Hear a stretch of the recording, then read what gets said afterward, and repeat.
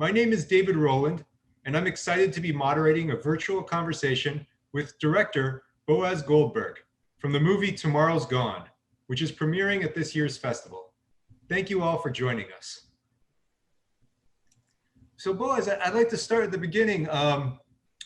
As people have watched the movie know, you started filming this 20 years ago. Can you go over the timeline of the making of this film? Well, at first, actually, Charlie, was a really good friend of mine. So in a way, it's like a vice versa, or the other way around of the story that, you have a rock and roll cult hero and you want to be friends with. With Charlie, I was his best friend at first. And actually, in those times, we actually played together. And after a short period of playing together, he was like sort of a really strong influence for me psychologically, like to help me through things in life, like to achieve myself as an artist, because I had a little bit of stage fright back then. And the time went on. I actually stopped at one point, and he became what he became. I made a comeback and shot again, and we had many phases of cutouts, like in and out, in and out. And in the film, I'm in and out of the story as well, until the tragedy struck, and then everything actually that's when I went from like first gear into fifth gear. If you know. And how much footage did you shoot over the years?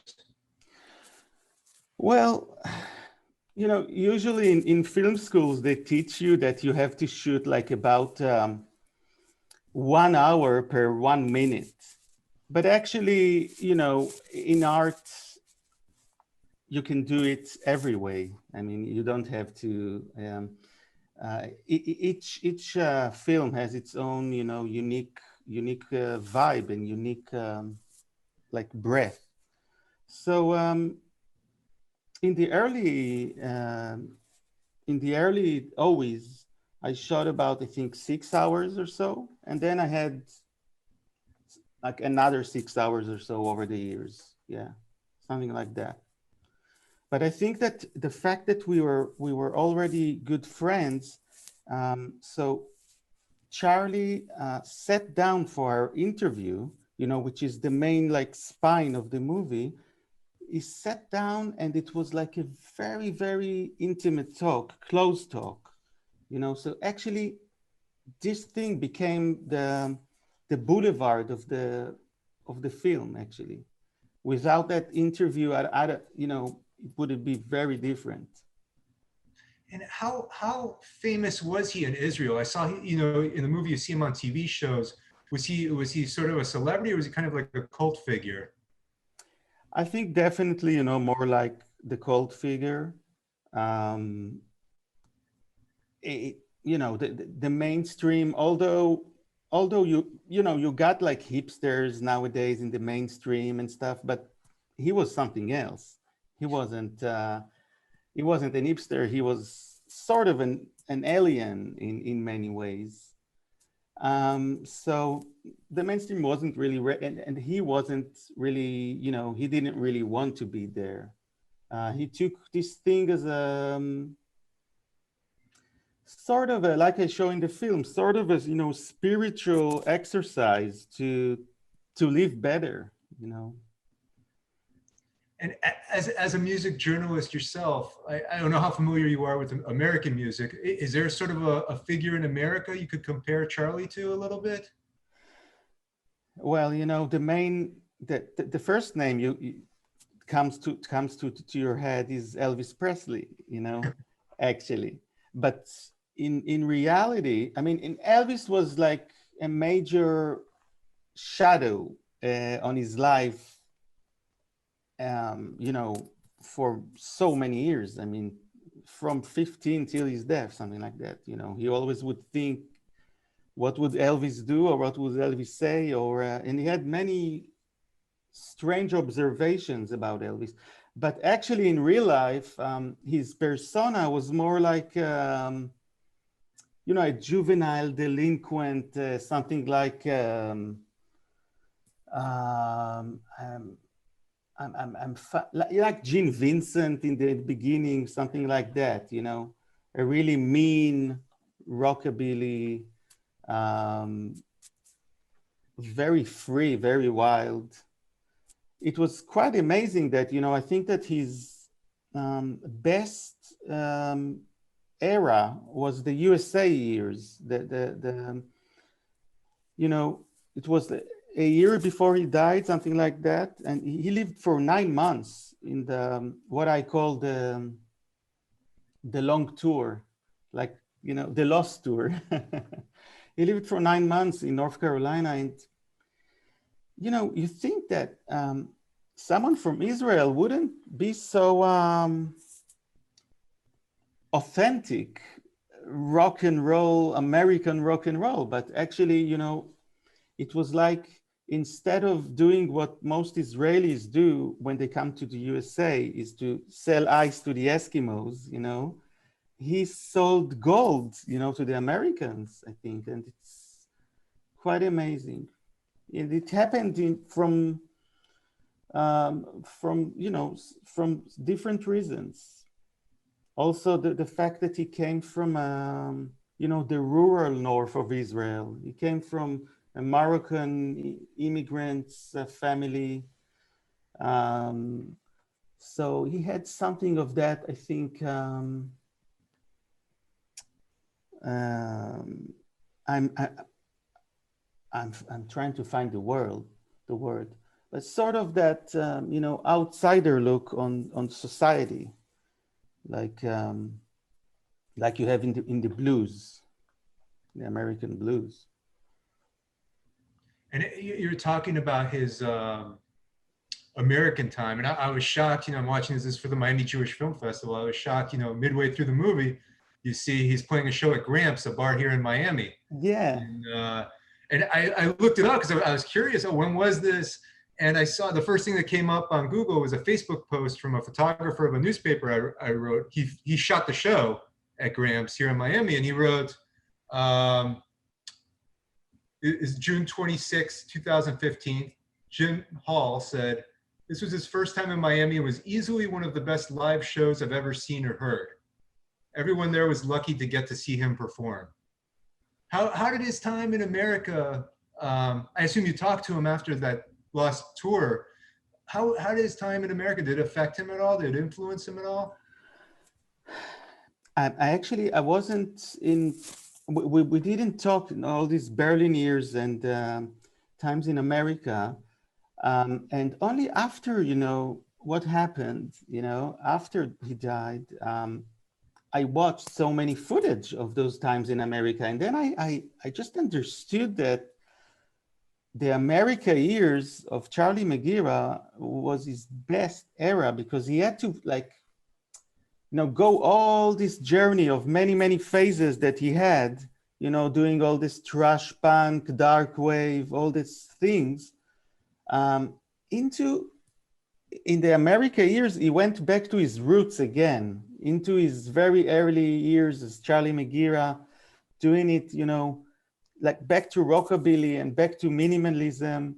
And he did it so good, you know, with the drummer, he's the drummer of, his name is something Wills, sorry, was the drummer of the Raining Sound. The Raining Sound, they're a very cool Southern rock Americans. Okay. Yeah. So his American years were really, like, he had, like, it was the pinnacle, I think, of his project. And in Israel though, I mean, when he passed away, what was the reaction like? Did he become more known after that, or was there a lot of mourning? Yeah. You can definitely say that he became more known after that, although he was a cult figure. The reaction was total shock. Yeah. Um, a total shock. And no one could really see it coming, apparently, you know. Um, he was an extremely fragile, you know, soul, human being, but uh, we thought that everything is really going up. But you know, like his music and his project, art project, he done it. You know, he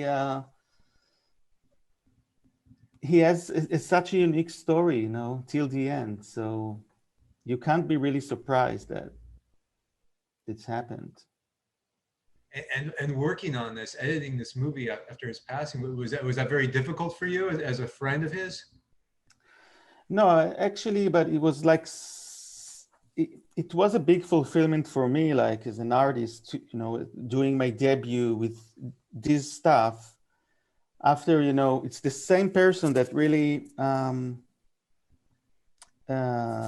pushed me back then to do stuff.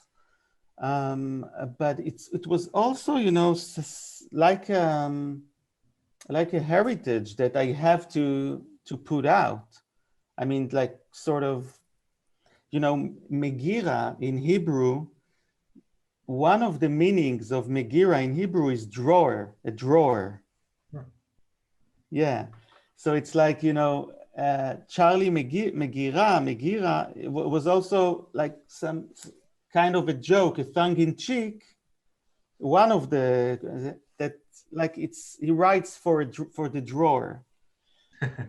Yeah, at first, but so I couldn't think of keeping it in the drawer again. I mean, it was a big. I really knew it that this time it's gonna happen. And maybe as a music journalist yourself, you can kind of describe, you go into it a little bit in the movie, but can you kind of paint a picture of us for us, what the Israeli rock scene was like that he came out of, that you were part of?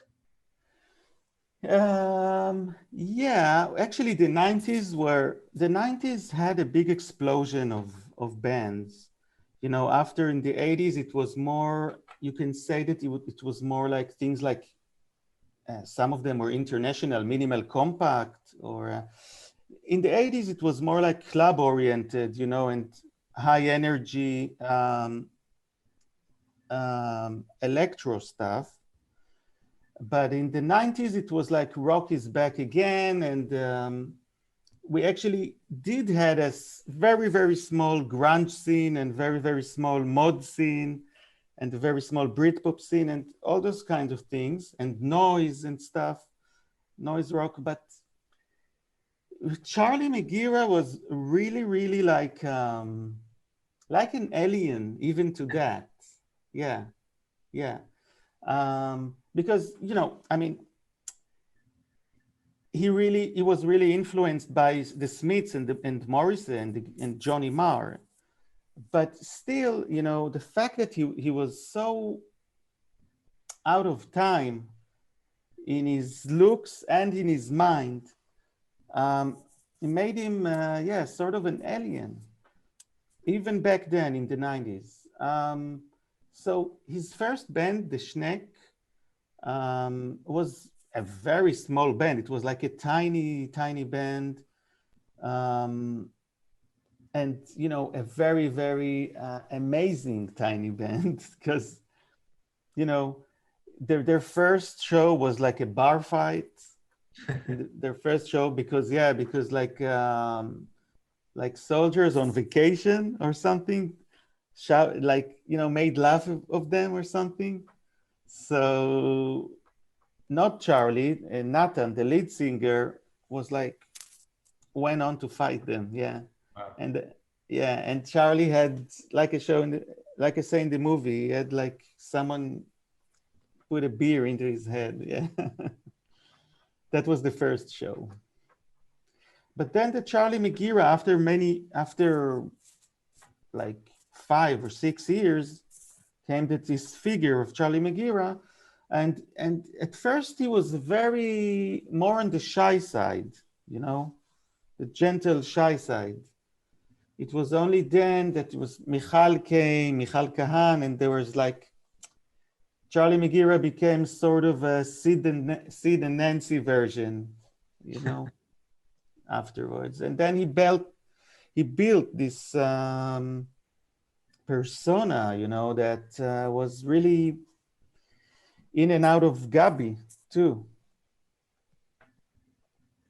And as far as his music, I saw there's 7 albums. I just saw the movie yesterday, so I haven't had time to dig through them, which I'm looking forward to. Where do you recommend, which album do you recommend people start to get a listen, to get a good feel for him?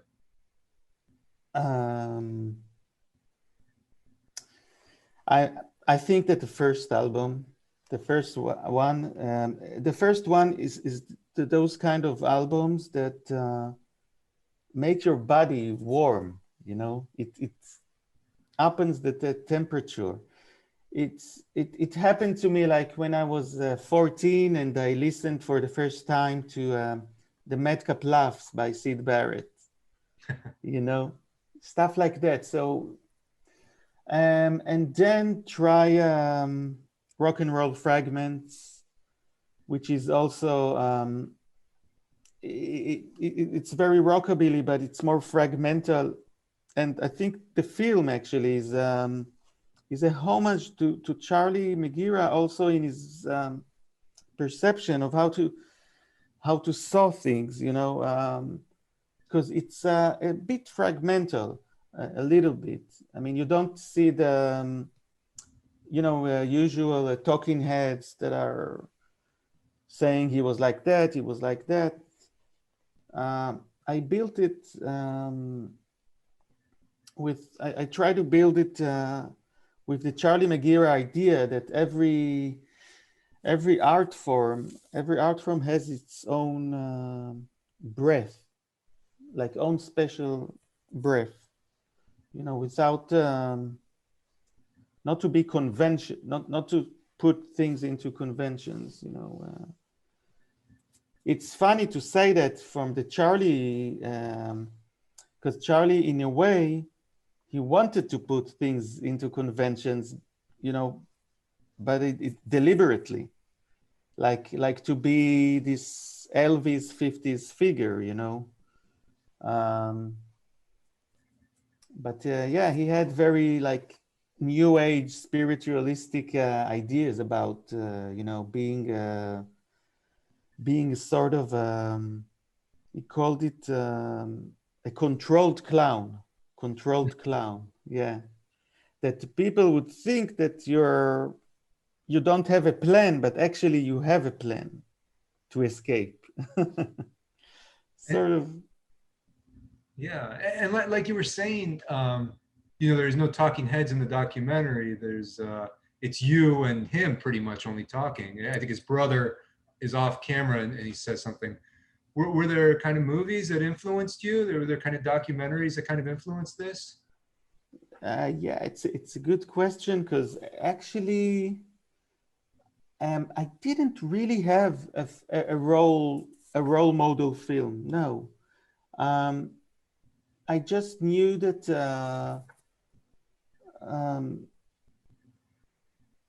that I don't have a choice but to do it. You know, really emotional and personal with my voiceover, because it was like sort of a requiem for friendship and for the scene in Israel. And I think, if I may, that the death of Charlie Megira sort of symbolizes you know, the situation of rock and roll nowadays. Yeah, and for your, as a lot of it is your narration, a lot of the movie, maybe what was your process in writing that narration? What was your, I mean, it's in Hebrew, obviously, we get the subtitled version, but how do you go about writing what we hear you say in the movie?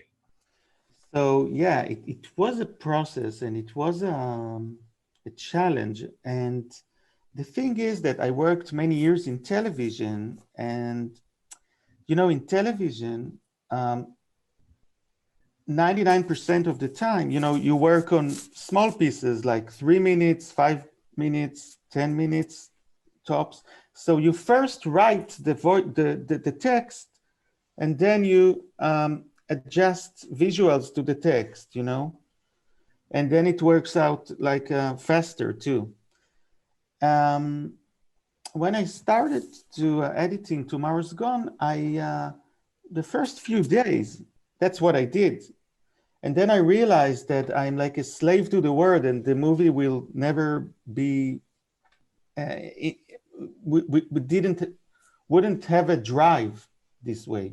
So I deleted everything, and I turned off my speakers even, and I said that I will build the movie just at first, like with things that, you know, are maintaining, and in between the Charlie, I felt that in some places I had to make a voiceover, and I saved that voiceover for the last. I knew there were like holes. I knew that there will be a voiceover here, but actually that was the last thing that was done in the film, the voiceover, when I filled the holes with voiceover. Yeah.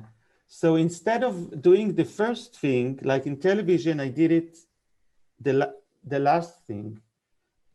So I really tried to make the film as a musical sequence that is pure musical, you know, and not will be a slave to the word. I think you have this sort of a path that the film goes. Also, I recorded some stuff for the film, like about 15% of what you hear is fillers of me and stuff. That try to really, I mean, produce the best of Charlie, I think, from what he, you know, from his amazing career. And has this movie aired in Israel yet? Has it Yes, streamed it yet? had. Yeah, yeah, of course, it had. Yeah, And yeah. Actually, it was out in May 2019. okay, so before Yeah, COVID. yeah, Okay, yeah. so has it increased his reputation in Israel? Is his music better known now, or because If you ask me, well, to be objective, you really, yeah, it has. But also Numera Group, the Prestige label, had put out 6 months after the film came, amazing compilation, double album and vinyl, amazing compilation of Charlie McGeera that is called Tomorrow's Gone, by the way. oh, excellent, excellent. Yeah, yeah. Yeah, no, because it reminds me of, and hopefully it does it for him. It reminds me of, the Devil and Daniel Johnston, and Searching for Sugar Man. An artist. A lot of people don't know. Hopefully, it opens up a whole new audience for his music. Actually, it's really crazy. I get emails from really all over the world, really, from all over the continents that where can I watch the film?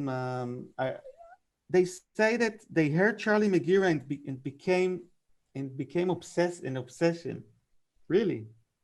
Wow. And also you have many like celebrities that I think into Charlie. Stuart, what was his name? From the Black Keys, Murdoch, and Jack Kilmer, the son of Val Kilmer. I know Okay. that he's really into him, and there are many more. And Mm. are there some Israeli artists, musicians that you recommend people in America listen to that like Charlie, maybe unlike Charlie, we can appreciate while they're alive now? Yeah, of course. Yeah, there are some. Um, some are not too active, but there are some that I can. Yeah. Um, there are some bands that go listen to, like a band called Love Grenade, to their first album that actually Charlie Megira was like the like the producer of that album. He recorded it. It's a really beautiful album.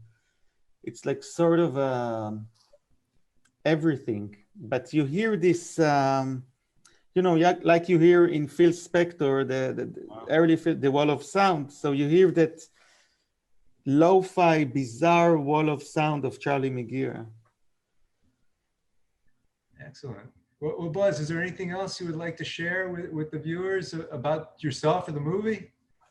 Um, I just pay attention. Thank you Yeah, very much. one last question, and then Of I'll course. end it up. What are you working on next? What's the next documentary you have going? Yeah, I had many ideas. It probably will be musical, because I checked all kinds of ideas that are not from the musical world. Like I had an idea about a soccer team that I was into in the 80s that are now in the trying to get back to the Premier League. Um, I had many ideas, and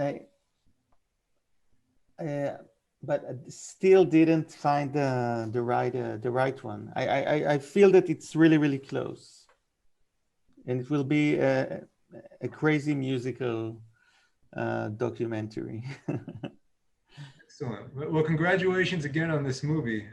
Thanks Well, a very lot. Thanks a lot, David.